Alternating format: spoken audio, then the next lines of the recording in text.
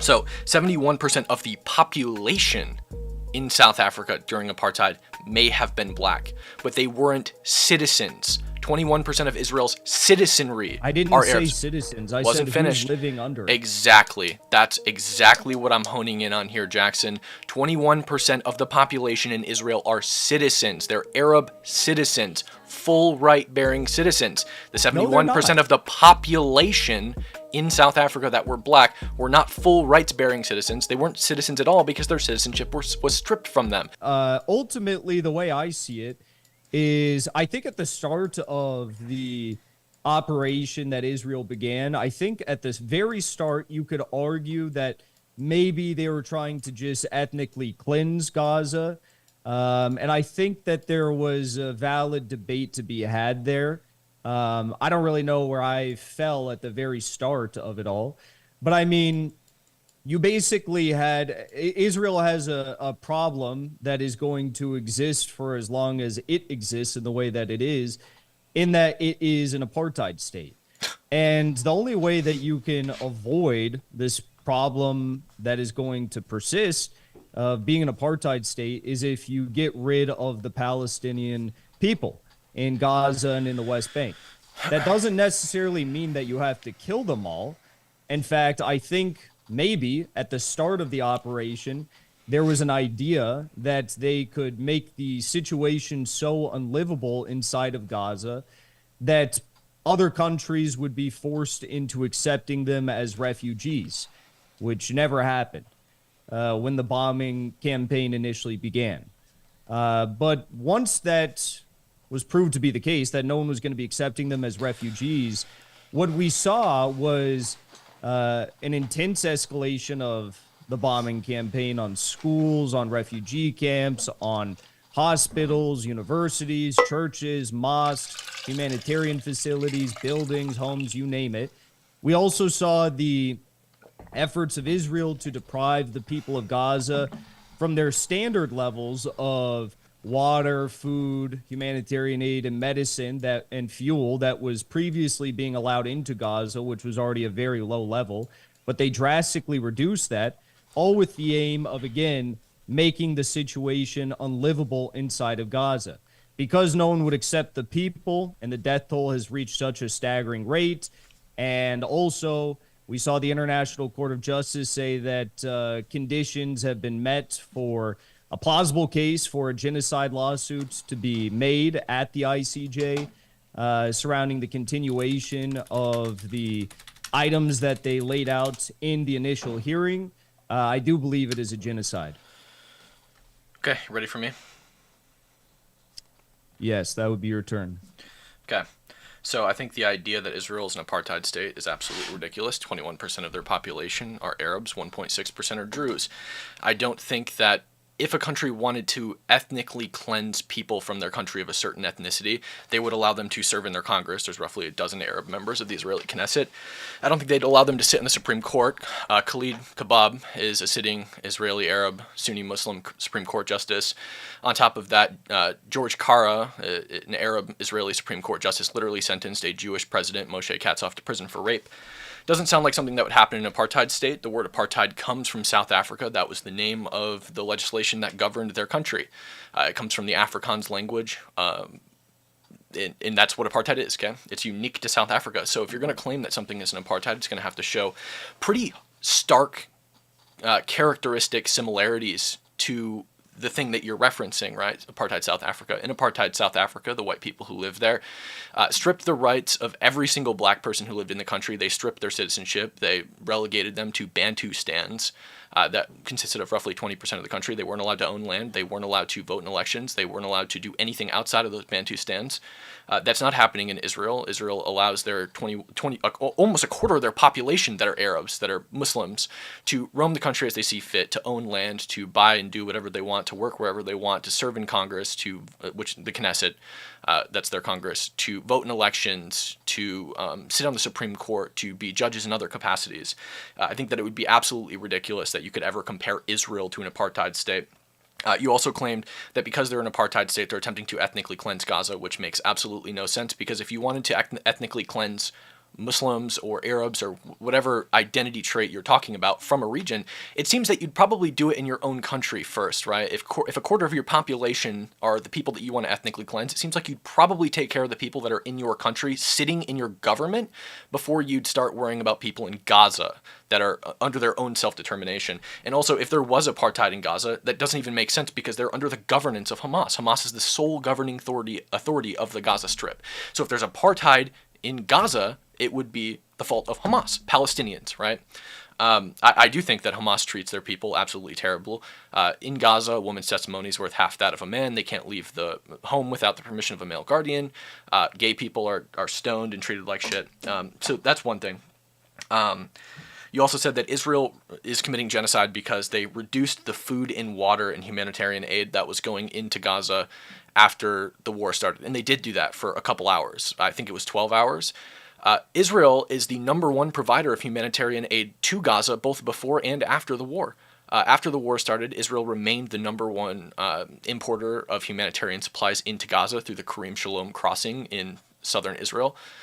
Not Rafah. It wasn't Egypt providing them more resources. They were sending roughly 70 trucks per day, whereas Israel was sending 170 trucks per day. That's according to UNRWA. So I think it's absolutely ridiculous that you'd claim Israel's trying to kill them by cutting off their food and water supply, despite the fact that there's literally more food and water entering Gaza right now than there ever has been before. And the only reason that people are starving is because Hamas is doing what they've been doing for the past 30 years. They're just taking the food, they're robbing the trucks, and then they're selling the food and water back to the Palestinians who can't afford it because they're living in a war-torn country, and then using any proceeds they get to buy weapons from foreign countries. Go ahead. Well, there's a lot to unpack there, but first of all, I just want to ask one clarifying question. You said Israel's allowing in how many trucks per day? 170. And do you know how many trucks per day Israel was allowing in prior to the start of this all? I think it was like 90. No, prior to the start of October 7th, how many trucks? Yeah, like 90. Directly. If you're going to claim it's anything else, you're directly contradicting UNRWA, which is going to be it's like 500. 500 no, it wasn't. Trucks per That's day. a lie, Jackson. You know it. That's not a lie.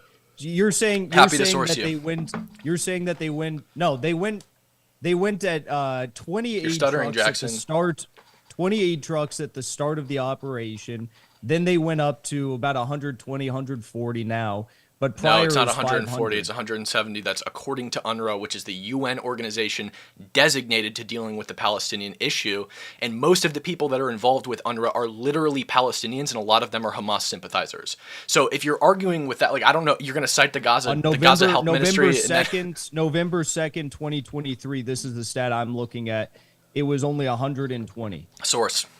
Yeah, it fluctuates. I said roughly 170 per day. It fluctuates, obviously. Okay, so when I say 140, 120, that's sure. in the ballpark. Sure. Now, but it wasn't 500 before the war started. Wait. Not from Israel. Wait. So the other thing I want to lay out is you say Israel is the number one importer of aid into Gaza.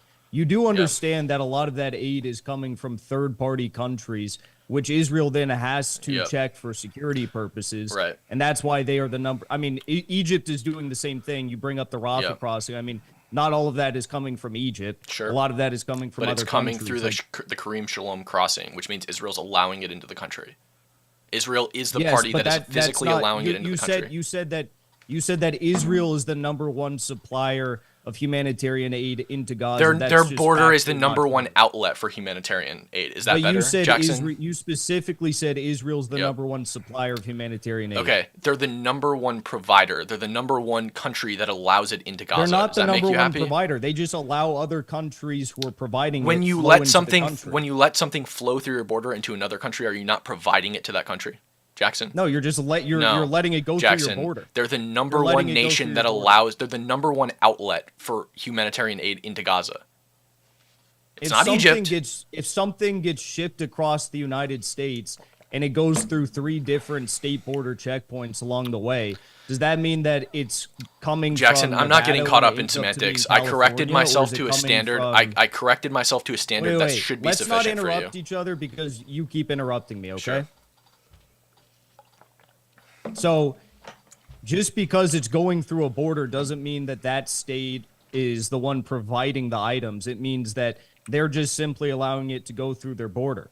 the items are coming from different countries all across the world. We see items from Africa, from Russia, from Turkey, from all over the place. Israel's not the number one provider, supplier of humanitarian aid into Gaza. So, Jackson, I already corrected myself. Let's not get caught up in semantics. I literally specified when I said it that the aid is crossing through the Karim Shalom border, or the Karim Shalom crossing. And then after you said, well, they're not the provider, I literally again specified they're the number one outlet. Does that make you happy?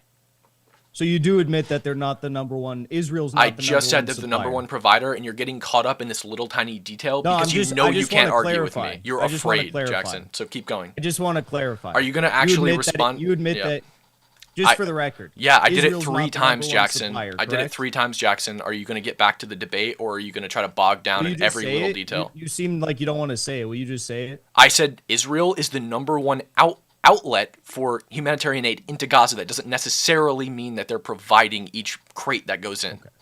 So Okay, go ahead perfect. and I'll respond to the Now, rest of the the things other I said. points that I wanted to bring up from your initial statement is that you brought up the percentage of Arabs living in Israel. Okay. Do you know what the percentage of black people was in apartheid South Africa?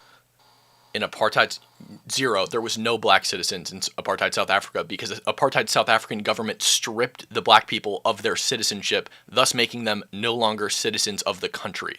The people in Israel, you the talk 21, about semantics the and quarter of the wordplay, population that are you're Arabs saying there was are, no- are there was no full black right-bearing citizens of Israel. There is no black people living under apartheid South Africa? Not one? No, they were living in Bantustans with no citizenship, and it's not semantics. It does matter because you're saying, oh well, there were black people like in the borders of South Africa. Those people weren't citizens. They weren't weren't full rights bearing, but in Israel they are. One could argue that they were in a better position than all of the people from You would be Palestine if you did that. who aren't- Wait, stop interrupting me. One could argue they were in a preferential position when compared to all the people of Palestine's history pre-1948 who've been stripped of their homes and their land and aren't even allowed back in the country. There's no right to return for them. So are you going to make a single argument that Israel's committing a genocide, or are you going to get bogged down in claiming that people in South Africa were under better conditions than people in Gaza? Let's stop interrupting me because you were the one that said these things, and I'm just responding to you. You said that, I was responding to you. Oh my God! Like, is this the what organization are you from? Go ahead, Today Jackson. America. Is this the best that Today America has? Okay, so 76% of the South African population was black during apartheid South Africa. So your argument falls flat on its face when you say, oh, well, there's X many percent of Arabs that are living inside of Israel's official borders. Okay. So I think to respond to all of your points, that's basically what I had to say, even though I was interrupted a lot. Yeah, okay, Jackson. So again, as I said before, and you weren't interrupted. I did interrupt you a couple times, but primarily when I was speaking, you asked me questions.